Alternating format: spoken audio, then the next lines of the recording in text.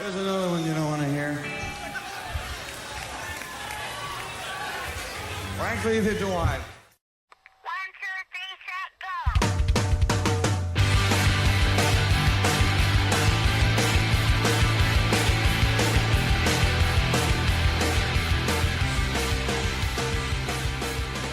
go. You are tuned into the Power Chord Hour right here on 107.9 WRFA. How you doing out there? I'm your host, Anthony Merchant, here with you, back with another episode. And today we are talking to Flyin Jay of Year of the Dragon. They have a brand new EP out now, very new, like a few weeks old. And it is Dragon Burn. That is out now everywhere on Manic Kat Records. And we're going to talk to Flyin Jay a little bit about it. How you doing, man? Doing excellent. We just had a show last night, opened for HR of the Bad Brains. Nice. Out in Hollywood at the Whiskey Go-Go, a classic venue on the Sunset Strip. And it was fun. We sold a little merch. We, hopefully impressed some new people and, had some good friends and family in the place to be. They came to support. We're rocking the new songs and super excited about it. Nice. Now, was that because I was going to ask that about, being able to perform some of these songs off the EP so far. Was that the first time playing any of those songs live off of this, or have you been playing them for a while? We've been playing them for a while. Even before the EP released, we had been, we've really been working on some of the songs on the EP. I would say even maybe since 2020. Oh, wow. I think, especially like some of my lyrical content has been in my my notes, for years, and some of them were applied to this. Some were more inspired by the instrumentals itself, and they kind of fit a shape once they get edited and all that type of things. But yeah, I think some of those ideas musically and some of them lyrically have been in the works for easily 5+ years, I'd say. But wow. a lot of them, I think a good bulk of it only came to fruition over the last 3 or so years, two even, and then were only finalized as of last year for sure. Are there big changes? Because like the thing when you have, when you're working on stuff for a while there, I know you have time to kind of go back when you have different ideas to add or take away and stuff.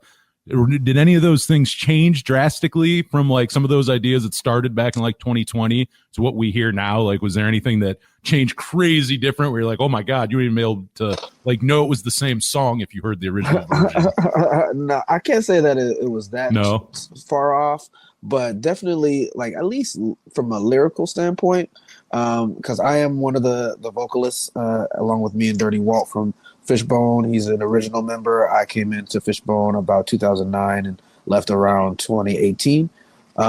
He was a original member. He left around 2002 and actually formulated this band along with the previous lead singer, Roderick Palmer, Rod Core, and few other members as well, like Spacey T, who's now playing in Fishbone, was in Year of the Dragon originally, and now he's back playing in Fishbone at this time. But that came into fruition way back when, and then it kind of changed along the times. Rod stepped away, and he thought I should be in the band as another vocalist, and since 2015 I've been in Year of the Dragon alongside Dirty Walt and Kareem, our drummer, who's also a original member of Year of the Dragon. But from a musical standpoint, over the last, let's say, 5 years or so, some of the projects, like, they all kind of start as an instrumental. Typically, that's done by our rhythm section. Kareem on drums, that's Kareem Imes, T-Bone on bass, and Mark Ray on guitar. And they will present a musical idea to us, and then me and Dirty Walt will work on lyrics and craft like the kind of like more structure base around the instrumental. I know they come in with an idea, and then we kind of like finalize it with the lyrics. But in terms of this record, Dragon Burn, specifically, I would say one of the songs that has changed drastically from the time that like it was formulated would be Go Go Go, and discovering that people have a wide favorability of that song as a different kind of like musical point of entry for us as a band rather than some of our more traditional Year of the Dragon songs, which I would say the rest of the album kind of really encompasses. That particular song, like we didn't really, me and Dirty Walt didn't know how to approach it at first. I had an idea definitely that now is probably closer to what the final product is, but I do remember originally like us going back and forth. He and I, me and Dirty Walt, working on that lyrically. It started one way when I had writer's block for a significant amount of time with that song and some other songs, and over time I knew deeper what I wanted to do with it melodically and lyrically after some time, but that took some transitioning for sure. Definitely one of those. The others I would say, like with in terms of like Run 'Em Out, Eviction, and there's another one, Bombs Are Dropping. Those three were presented, as instrumental ideas from Kareem, Mark, and T-Bone to me and Dirty Walt. A couple of those lyrically, I wrote to pretty quickly once I got out of the funk of like writer's block and like sat and like I was like, some inspirations came in. Dragon Burn was more of a complete concept that Dirty Walt I feel like presented to everybody. So that was really well fleshed out before it had some minor changes. And Some for Nothing, the first intro track, like I think that started off as an instrumental intro, like a walk-up song for me and Dirty Walt. Because sometimes Kareem, Mark, and T-Bone will just keep instrumentals as introductory songs, like, to start the show. And it's crazy to me that, like, even without the lyrics on top of things, I know those guys, they do, do often perform in other groups as well. But, like, they, I think, have another project that they had done called Off Color as a trio with just instrumentals and no vocals. So to me, they're super tight and like they could be their own band in and of themselves, which they are. But, just their writing techniques and their musicality are huge parts of what Year of the Dragon is, I think. Oh, no, you got some solid musicianship in there. Definitely a great band behind you. Definitely. And I wanted to go back a little, like when you were talking about like writer's block. And yeah. I think that's interesting talking to, artists, because everybody's kind of different. When you have writer's block, do you just kind of accept it and go, you know what, I'm probably not writing for a while, let me put the pen down? Or do you fight through it and just go, hey, this may not be the greatest thing I've ever written, but I'm just going to write till something comes out? Because I feel like people can be in either camp. And it's always interesting to me what you do when you have writer's block. It's definitely both for me. So we released a full-length album before we signed to Manic Kat back in 2019 called Take Control. It's about a dozen or so songs, I think. I can't remember the full count right now. But and because of scheduling and just we didn't, I feel like, properly get to tour that album once it released. And with that, a lot of those songs haven't gotten the shine that I feel like they should have gotten, because we worked really hard on that. A full length is a little more intensive than an EP. It has more tracks, and it's just a lot of dialing things in once you're actually finished recording all your stuff. So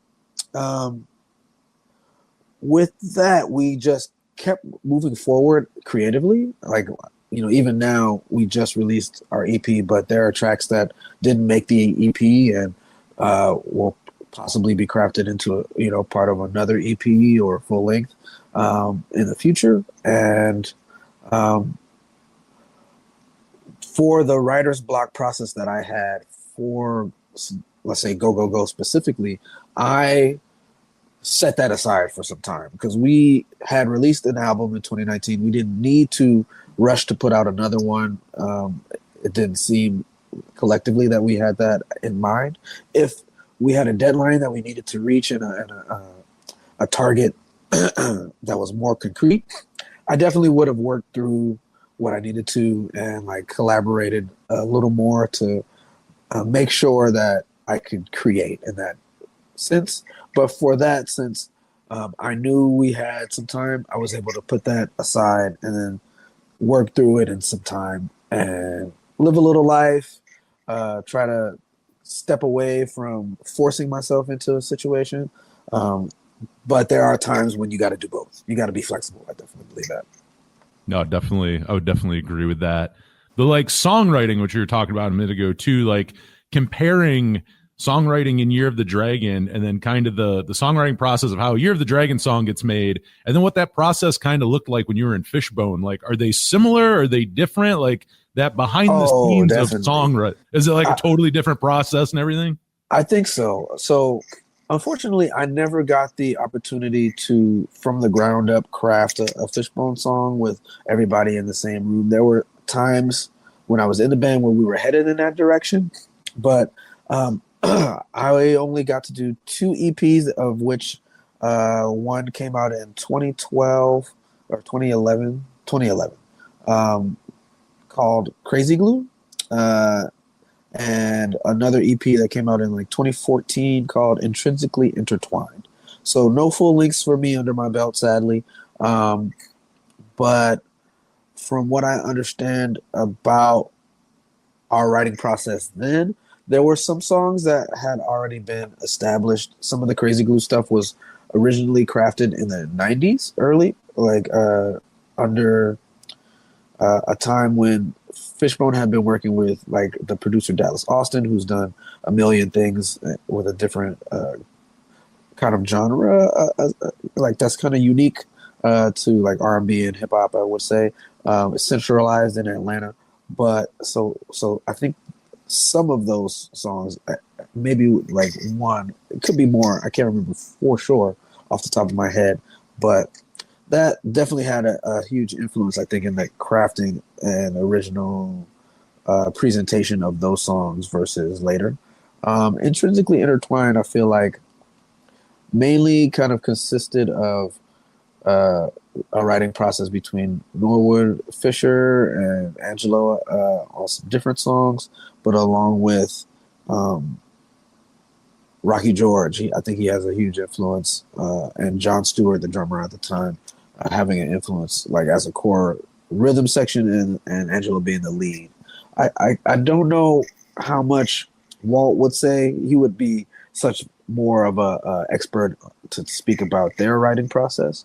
With Year of the Dragon, I do find it specifically catered to, since I've been in the band, it's, if any member has a song idea they want to present, it gets presented and can be worked out, discussed, rearranged, practiced a lot, heavily practiced a lot, and then crafted through live practices and live performances until it's decided we should, record it. Sometimes we'll do a demo. There'll usually be an instrumental demo that the 3-piece, Kareem, T-Bone, and Mark have done. And then they'll present it to me and Walt. Like that I would say majority of the time is definitely how we go through our writing process. There's an instrumental presented. Then me and Dirty Walt work through lyrics, and then we present our lyrics back to the band as a whole, work it out, and if it sticks with everybody, then we'll go forward with that. I think one of the things, I've never gotten to see the band live, but even just listening to you, definitely have an energy where I feel like so many of those songs lend themselves to being played live. What kind of interests me with that is, can you tell what songs are gonna be what ones are really gonna get an audience going, or can you not tell until you get in front of a live audience? How much of that can you tell prior to playing a song live? Is it possible to know it all? Oh man, I think it is possible if the energy you feel in the room when you create is good.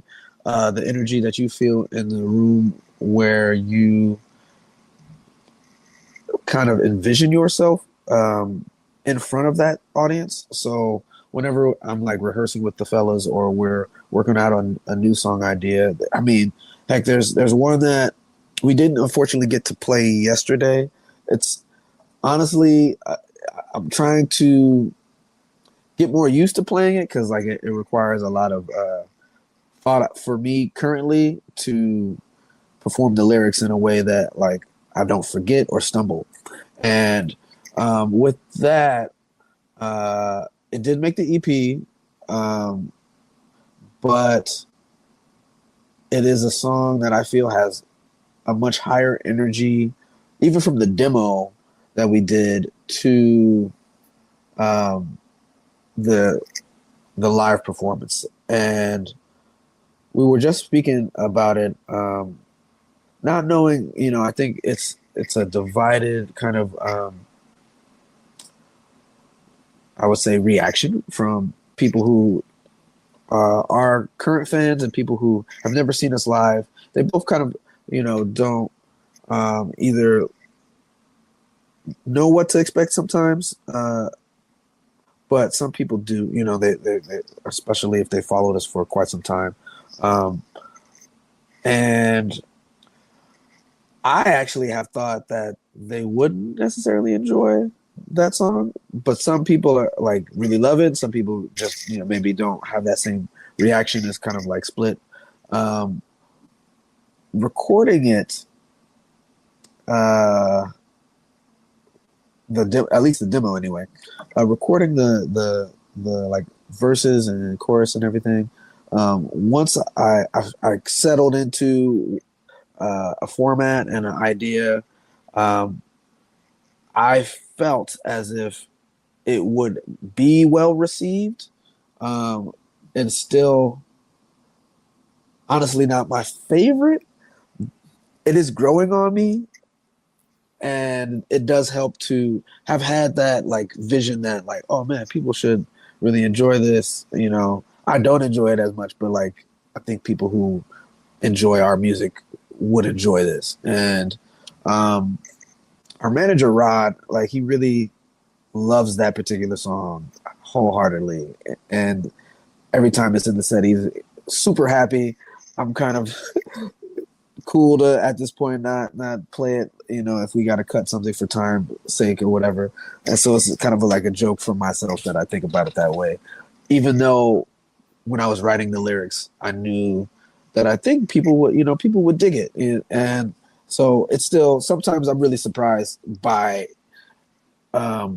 you putting an idea out there, you having complete faith that it will do what you are then surprised by that it does. I'm surprised that it sometimes gets the reaction that it does, and I'm surprised that I'm not.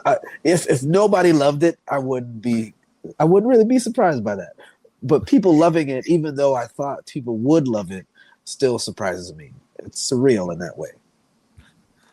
Going back to the making of this EP, where was it recorded? Where'd you guys record this at? So we recorded this at our guitar player Mark's residence. He has a space that he's carved out for us to record and rehearse in.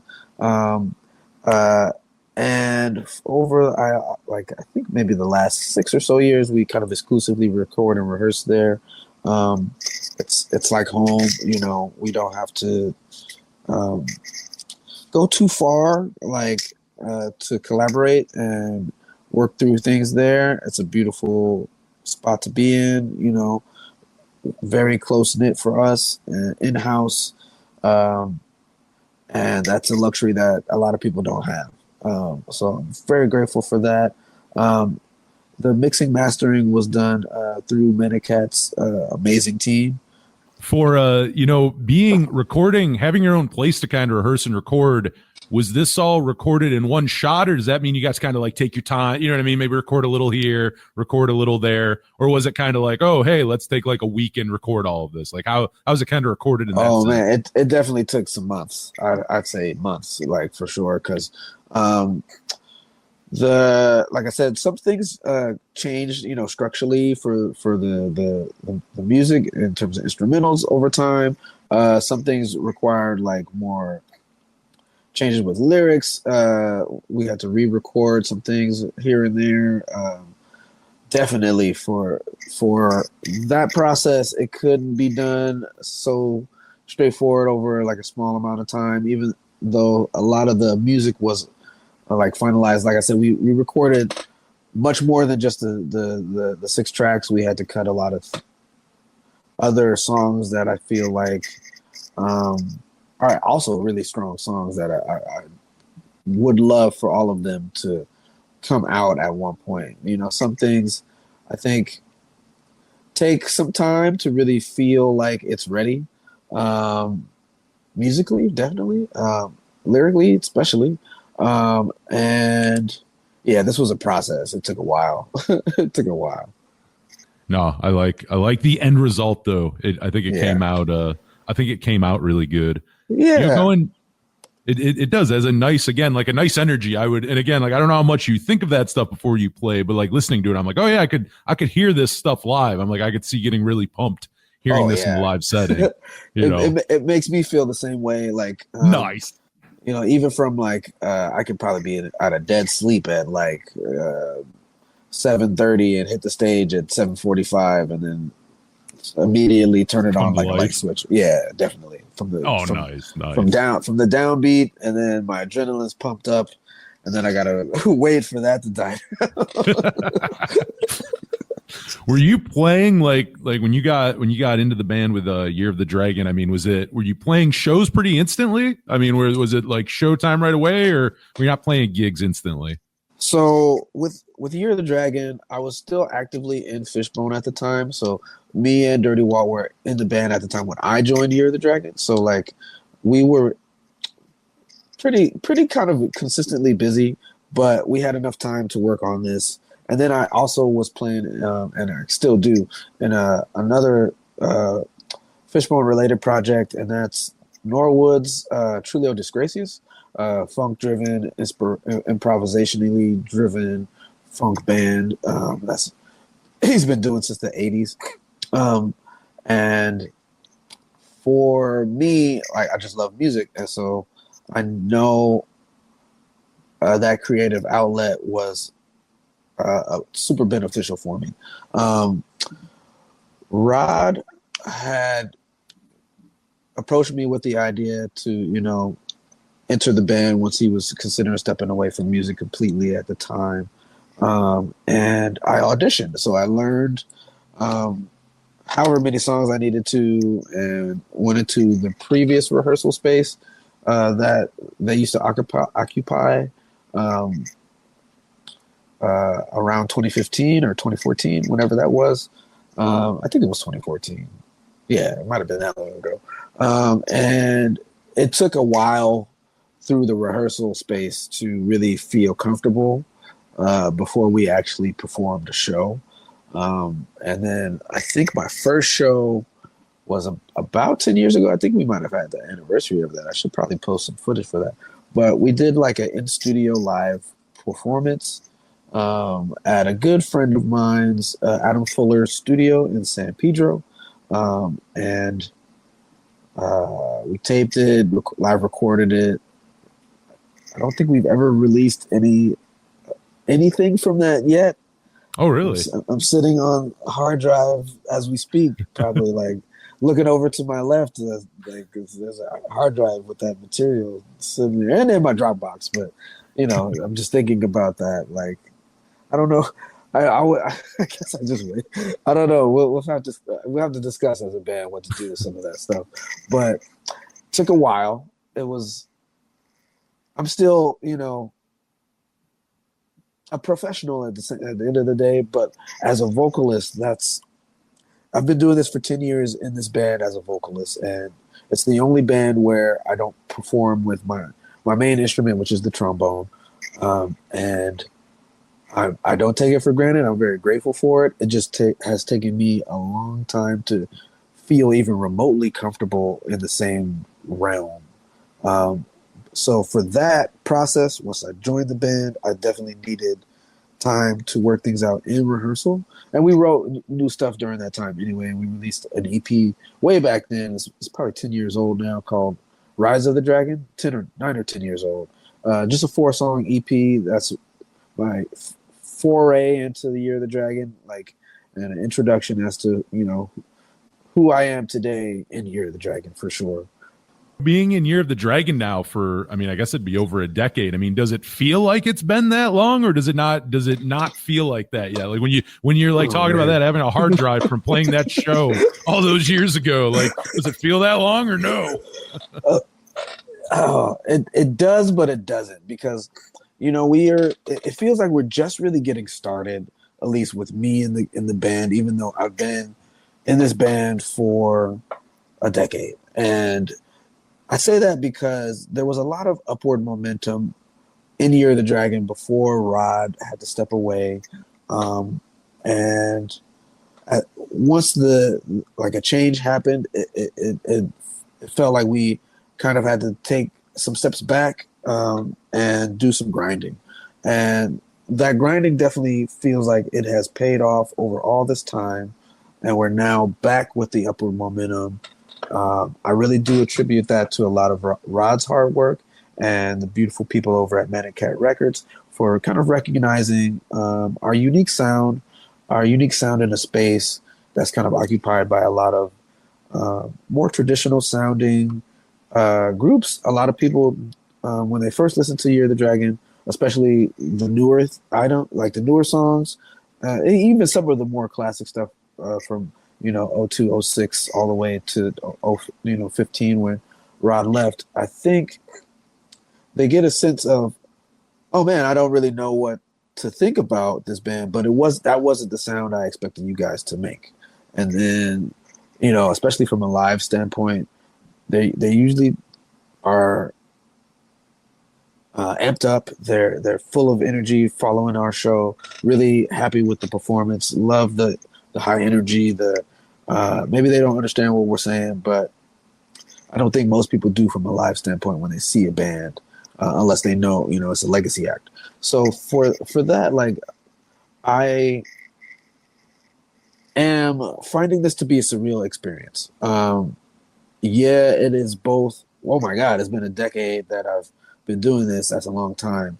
And also, damn, it feels like we just started really like doing this, because a lot of people started to really take note of the music, and like especially this last EP and the full length from 2019 is kind of rediscovering a new audience because of all that. Some of the classic songs we haven't really played lately. Sometimes they can be incorporated into different sets, and classic fans, even new fans, really like some of the older stuff too.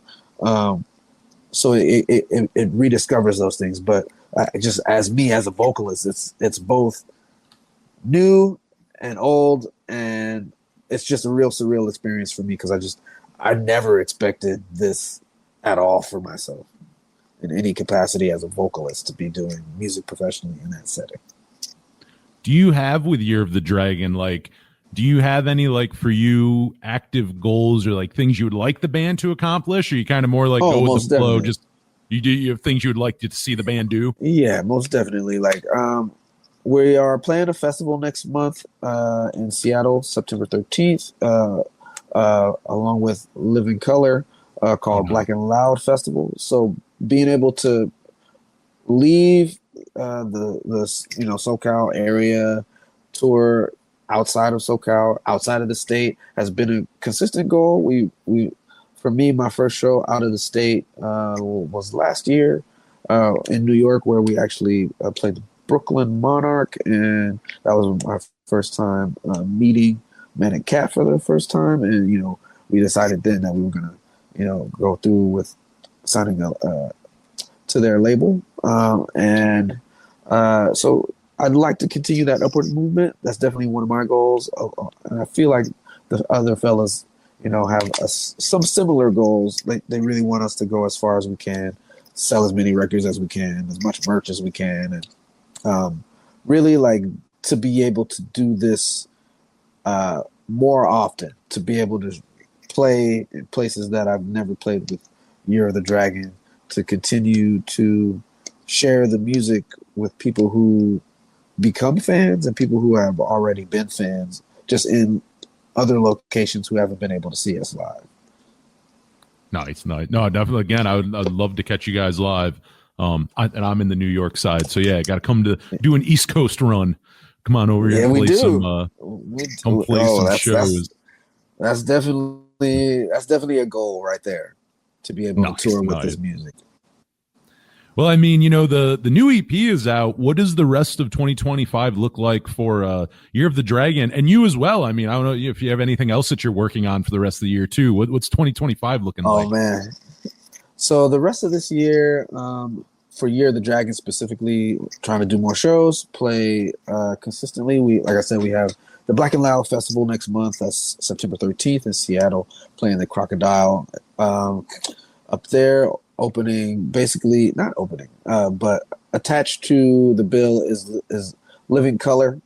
So huge name, really grateful to be associated with them, and like they have a long-standing history of being associated with Fishbone, and my time in Fishbone is definitely kind of like bookended by my proximity to Living Color as both of a fellow musician and a fan, in some cases a friend. We're also playing, so basically just playing as many shows as possible. We're playing next month, like I said, that festival. We're playing a smaller festival out here in SoCal called Jellyfest with Green Jelly. Looking forward to that. And some other shows further on in the fall winter time with Year of the Dragon. We do have other songs that I will hope turn into another EP / full length for Manic Kat Records in the future. I don't think that will come out this year, but I do believe we will be recording and working on progressing to that. So staying creative for sure. And then, trying to kick things into even a higher gear in 2026 for Year of the Dragon, being able to tour more. And definitely look out around Christmas time. We usually release like a Christmas cover in a way. Last year we did a Run Run Rudolph by Chuck Berry, done in a different style, and that's kind of like driven creatively by our bass player T-Bone. Huge shout out to him for kind of spearheading all of those. They definitely have like a few other Christmas covers out on our YouTube channel. So I want to shout out the Year of the Dragon YouTube channel. You can find out all of this information on our website, yearofthedragonband.com. Most of those things, show announcements when we're coming to places or what we have releasing new merch, all those things, announcements can be found there. But for me personally, I do play trombone as my main musical job. So I have a few other bands that I work with. I'll be working with some of those bands over that time period. Some of them take breaks over the winter time, because it's just a little more difficult to travel, and everybody kind of shuts down booking in a major way.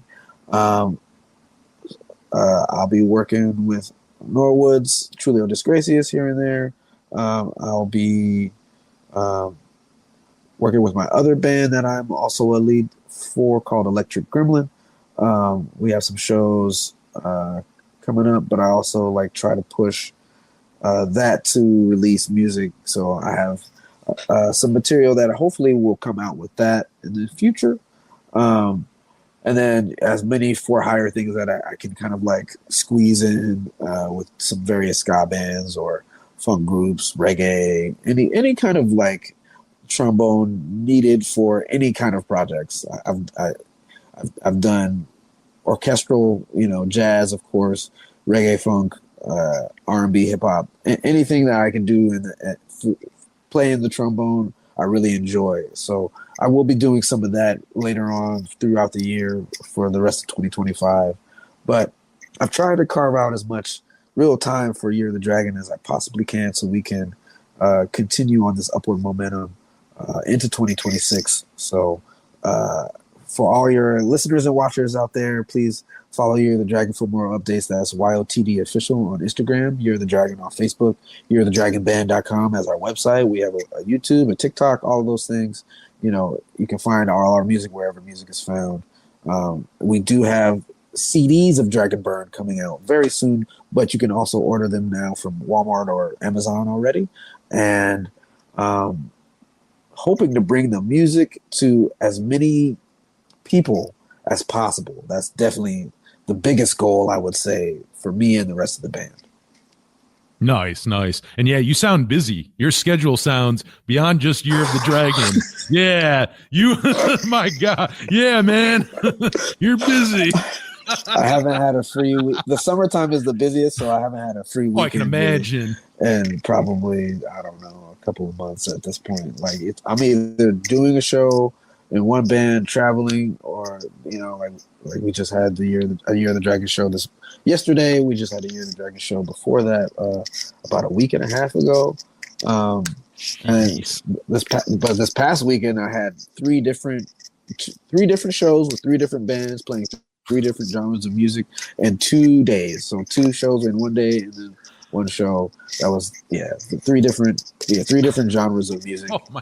It was a lot. The thing that blows my mind with musicians who can do that, and I mean, one of the biggest credits is people like you who can like jump from genres and different styles and stuff. I mean, does that ever get hard? Like in my mind, like I'm a musician, I play bass, and I get anxiety thinking about going to play in 3 different bands and forgetting what genre, what I'm playing, or the set list, like whatever. Just it's, oh wait, we tune in this band, we're like in this tuning, this one we're in like, it gives me anxiety thinking about it. I definitely was anxious about those 3 shows because one was with, you know, a group that I never played with before, and it wasn't a lot of songs, thankfully. So that was kind of like a mellow, okay, I can approach this a lot easier than I would the later show, which was with a band that I have played with, numerous times. It was ska music. The first band was more blues, soul based. So 2 genres that I love, really, but definitely night and day in certain aspects of like rhythm, tempo, aggressiveness, tone for me as a horn player, and incredibly fun performing at both venues and both bands. And then the third one was reggae based. Again, some friends and family that I have been performing with before in the past, yet like not having enough time to have full rehearsals with any of these groups, like just requires me to do a lot of my own homework. So I find that to be the most anxiety that I receive is from having to. If I have enough time to rehearse, the anxiety just goes away. But not having time to rehearse, not playing or meeting somebody for the first time until that show that you're working for someone or with someone, probably causes me the most anxiety, especially in those types of situations. Whether it's one gig or 5 in a day or something like that. Like it's always that. If it's something I've kind of like done secondhand, I don't have so much. It's more just, how is this going to sound? How is that going to sound? And my most like anxiety driven is about the live sound. Like, did I get a sound check? Do we just have to do a line check? Is the gear going to crap out in the middle of the show? Will I be able to hear myself? And will that sound good with everybody that I'm playing with? So not so much. There are times when I do kind of like internally think and maybe stress a little more than I should about my own performance.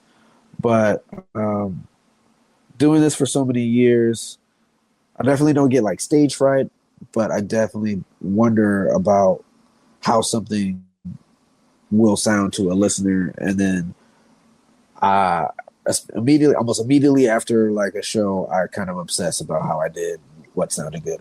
I might watch back all of the footage that I have available and be like, oh, that think about, maybe there was a time when I was like, oh, I didn't get that part. Damn, I gotta do better next time. And I just obsess. I obsess over my own performance. No, I give you so much credit on that. I can't imagine playing for that many bands. I know a few people are like that. Yeah, I just can't. I can't do that. I can't do it, and I can't grasp my head about being able to do that. That's a talent in itself, beyond just being able to play music. Being able to jump around like that and being able to throw in a position that way is a talent in itself. Yeah. So kudos to you. But as we as we start closing this out, I mean, have we missed anything? Is there anything else we should let the good people know as we close out the interview? I once again just want to say thank you, first and foremost to hosting us. Me as a representative of You're the Dragon, I definitely want to acknowledge the rest of my fellas, Kareem on drums, T-Bone on bass, Mark Ray on guitar, a musical force that they are. They're instrumental in the foundations of this band. And of course, the man, Dirty Walt, OG of Fishbone, who, without them by my side, I definitely wouldn't be out here presenting these vocals and these lyrics that, would be in my notes. I wouldn't be out there attempting to just be a vocalist of any kind without their support. And visionary in my mind, Roderick Palmer, our manager, former singer of the band, and co-creative force of nature as well. Without his vision of me being in this band, I don't enter this band, I don't audition, I don't think about it. I loved the band and watching the band myself. Manic Kat Records for aiding in our journey as professional musicians, putting out our records and being behind us full force. Once again, I just want to quickly run through the socials. YOTD official on Instagram, You're the Dragon on Facebook and YouTube, everywhere music is found. Dragon Burn that came out last month. Looking forward to releasing more music for the people. And personally, if you want to find me and any of my other projects that I'm associated with, you can find me on Instagram at Ill Trombone. That's ILL Trombone. And I hope to play a show on the East Coast soon, so you and all of your people can come see it, and we can chop this up in person and maybe do this again. Oh, that would be a blast. Well, yeah, if you're listening to the radio show, we got some time, so we'll play you a few songs off the new EP. If you're listening on the podcast, go grab that EP. But yeah, either way, I'm talking Flyin Jay right here, Year of the Dragon. You got their new EP out now, Dragon Burn, out now everywhere on Manic Kat Records. And yeah, I'm Anthony Merchant, right here on the Power Chord Hour.